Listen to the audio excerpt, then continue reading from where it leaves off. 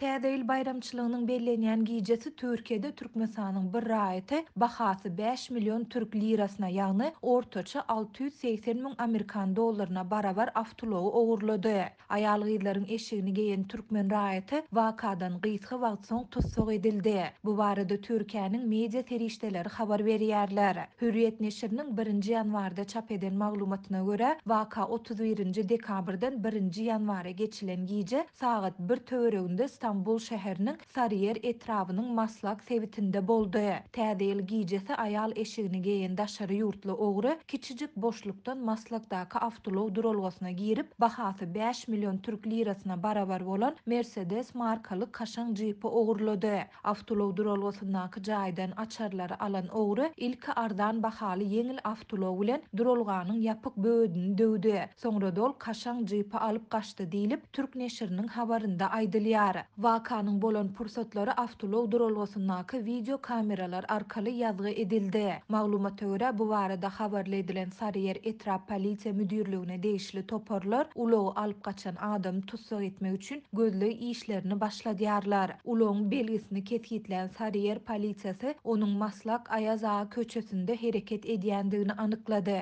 Köçäniň ugrunda jeepy saklan polisiýa toparlary Venan eşiginde ulogda oturan Türkmenistanyň raýaty Süleýmany tutsak etdiler diýilip Hürriyet neşriniň habarynda aýdylýar. Şeýle-de habarda 24 ýaşly Süleýmanyň polisiýa bölüminde soragy çekilenden soň kaziýete iýerilendigi hem bellenilýär. Kaziýetde geçirilen sud diňlenşiginde türkmen raýaty iş ýerinden ogurluk etmekde we awtolog ogurlugynda aýplanyp tutsak edildi we türme iýerildi. Özüniň eden işine ökünýändigini aýdan Süleýman tanalmazlyk üçin aýal köýnegini giýdim hem diýdi diýilip habarda aýdylýar. Şol bir wagtda türk media serişdeleriniň habarynda Türkmenistanly Süleýmany näçe ýyl ketilendigi, şeýle-de onuň gürrüň edilýän awtoduralgada işländigi ýa-da işlemendigi aýdyňlaşdyrylmaýar. Bu barada Azatlyk radiosu Sarıyer etrap polisiýasyndan we kaziýetinden hem goşmaça maglumat alyp bilmedi. Türkmenistanda 4 ýyla goly wagt bäri ykdysady kynçylyklar dowam edýän mahaly Azatlygyň yerli habarçylarynyň aýtmagyna görä, soňky ýyllarda eklenç gözleginde daşary ýurtlara gidýän raýatlaryň sany görnetin artdy. Türkiýe türkmen migrantlarynyň iň köp ýykyn edýän ýurtlarynyň başyny çekýär. Türk migrasiýa gullugynyň soňky sanlaryna görä 2020-nji ýylda Türkiýede ýaşaýyş ruhsatyny alan daşary ýurt raýatlarynyň sany boýunça türkmenler Iraklylardan we Siriýalılardan soň 3-nji orny eýeleýär.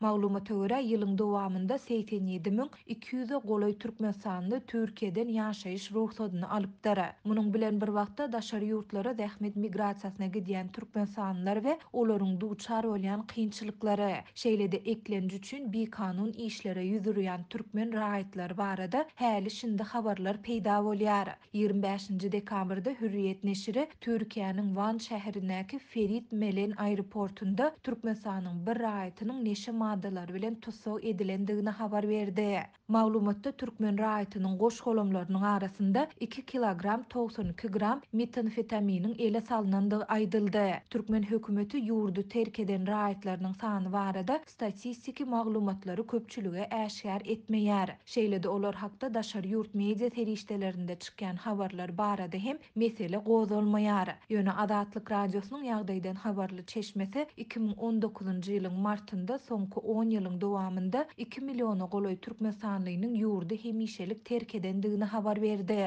Türkmenistanyň döwlet statistika komiteti bu sanlary ne inkar etdi ne de tasdiklady.